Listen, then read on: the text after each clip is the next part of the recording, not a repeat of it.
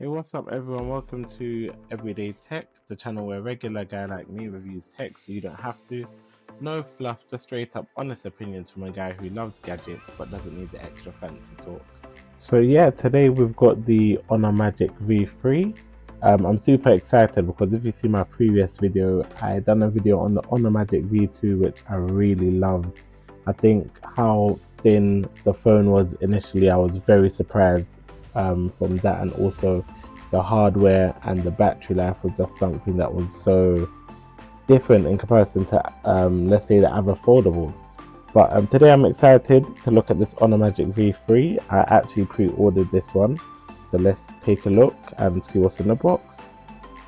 So as you can see, Honor always does their thing with their packaging all the time. Like from the V2, from V3, the packaging is always sleek, and I would say sleek and minimal, nothing too over the top. That's what you need inside. We've got the phone itself, obviously, we'll get to that in a second, but first let me show you what else comes with this one. And because this was a pre-order, I actually was able to get some headphones from Honor. I just wanted to add also these headphones, Play HX wireless headphones. Does anyone know about them? I've never really heard of this brand.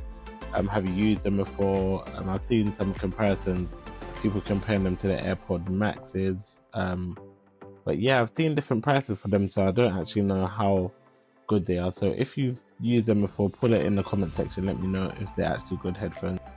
So I was able to get this 66 watt power adapter and a magic pen. Which it's a bit funny because there's nowhere to actually store the magic pen, but I suppose it's a good bonus to have a magic pen, because I know that they sell this separately. So yeah, I can't complain, to be honest. But so I'm just unpackaging it now, and the first thing when I actually saw the phone and I turn it around is the camera bump. Now if you compare the camera bump to the V2 last year, I don't know if I really like this. Like, do I call it like a hexagon camera bump? It's noticeably very bigger than what we had on the V2. I know bigger sensors often mean better photo quality, so I get why they've done it. But I just prefer more flush design, and the way the V2, the way the camera bump, where it was actually located, it just made it look a bit more, I don't know, slick, if you want to just call it that, cleaner, more streamlined look. But yeah, I'll have to see if the bigger bump is worth it when I put the cameras to test later. And this is just the Honor Magic V3 compared to the Google. I'm just having a look at, a bit of comparisons and how thin they are together.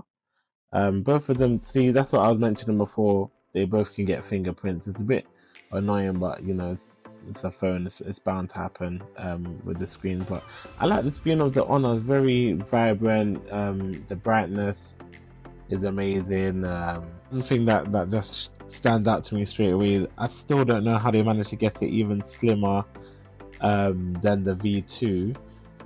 It's I don't know, it's a mystery to me. But one thing you notice straight away is that it's 9.2 millimeters when folded, and unfolded is 4.35 millimeters, which is it's quite crazy. The weight of this phone, it feels literally, it feels like slimmer than an iPhone. It only weighs 226 grams, and it's officially the world's thinnest book style folding phone. So it's got the 50 megapixel periscope telephoto camera, with 3.5x optical zoom and 100x digital zoom.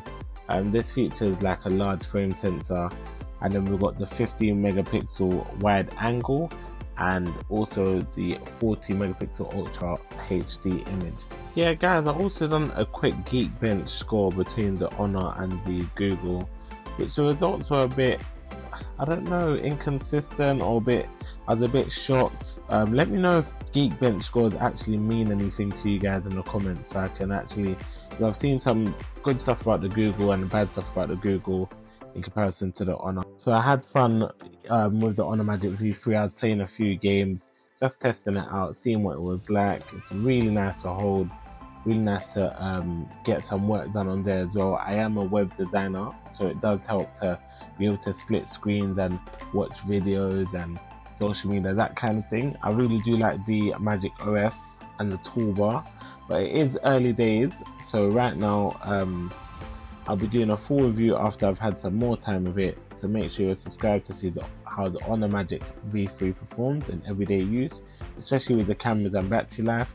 Let me know in the comments if you're into foldables or sticking with traditional slab phones, and if there's anything specific you want me to cover in the full review.